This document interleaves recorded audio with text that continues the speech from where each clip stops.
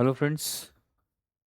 ये news Iran से related नहीं है। ये रिलेशन है ईरान का, बट ये खास करके न्यूज़ स्पेन से रिलेटेड न्यूज़ है जो मैं आपको बताने जा रहा हूँ। बहुत ही खास इंपॉर्टेंट न्यूज़ है। अभी इसके कम 1 आवर भी कंप्लीट नहीं हुए। ठीक है। ये न्यूज़ है बेसिकली स्पेन पर कि ट्रम्प ने स्पेन के साथ जितने भी ट्रेड रिलेशंस थे उनको कट ऑफ किया है। साथ ही साथ धमकी भी दी है। इट मीन्स मतलब ये कहा है Trump threatens trade cut off या to cut off trades ties with Spain. Spain के साथ जितने भी रिलेशन हैं ट्रेड से रिलेटेड उनको सभी को ख़त्म किया जाए। बाकी रिलेशन भी किसी भी टाइप का रिलेशन नहीं रखें। ट्रेड तो ख़त्म करना ही है, बट बाकी भी नहीं रखना है।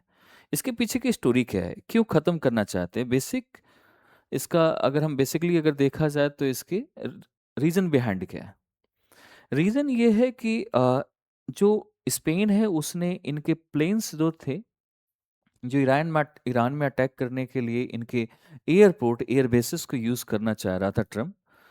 वो इन्होंने स्पेन ने मना कर दिया कि हम इसको नहीं करने देंगे।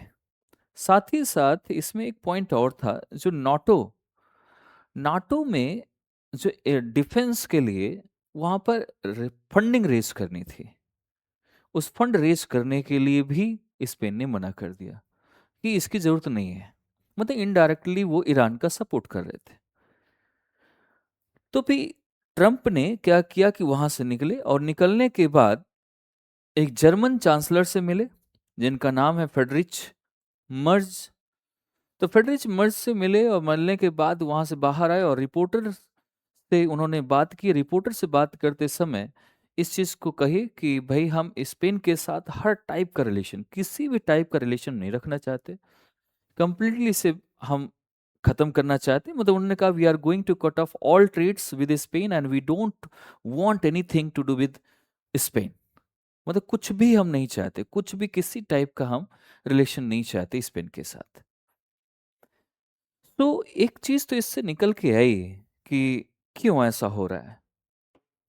कहीं ना कहीं ईरान के लिए भी लोगों का एक जो सिंपैथी है वो बढ़ रही है, इनडायरेक्टली उनके साथ सपोर्ट में आ रही है।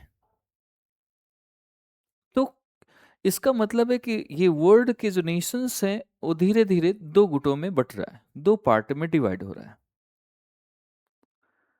सो इस वजह से इन्होंने क्या किया कि मतलब अब फ्रंट पे नहीं खेल रहे, बट इनडायरेक्टली, डायरेक्ट नहीं इनडायरेक्टली सपोर्ट हो रहा है। यहाँ से स्पेन ने इस चीज़ को, एक स्पेन इस चीज़ का हमें महसूस करा रहा है, स्पेन हमें इस चीज़ का इंडिकेटर है कि ऐसा हो रहा है। अगर वो अपने basis air bases airports use नहीं करने दे रहा, साथ ही साथ उसने अगर नाटो का एज अ पार्ट है उसका, नाटो का स्पेन, तो स्पेन में उस चीज़ को स्पेन ने कहा कि फंड रेज नहीं, उसमें ऑब्जेक्शन दिखाया उसने, कि ऑब्जेक्ट किया उसने कि हम नहीं करेंगे भाई, इस चीज़ को रेज नहीं कर पाएंगे। वहाँ दूसरी तरफ कहीं ना कहीं एक चाइना है, रसिया है, मे बी उनकी स्ट्रैटेजी है कि सामने फ्रंट पे ना आके बैक से वो भी सपोर्ट करें। उसके बारे में कल डिस्कशन करेंगे डिटेल पे। इंडिया ने जैसे खुले ही कर दिया उसने कि सभी को कॉल करके, जितने भी मिडिल ईस्ट की कंट्रीज थी जहाँ जहाँ, सभी को कॉल करके उन्हें सिंपैथी दिखाई, उनके साथ बातचीत की कॉल पर।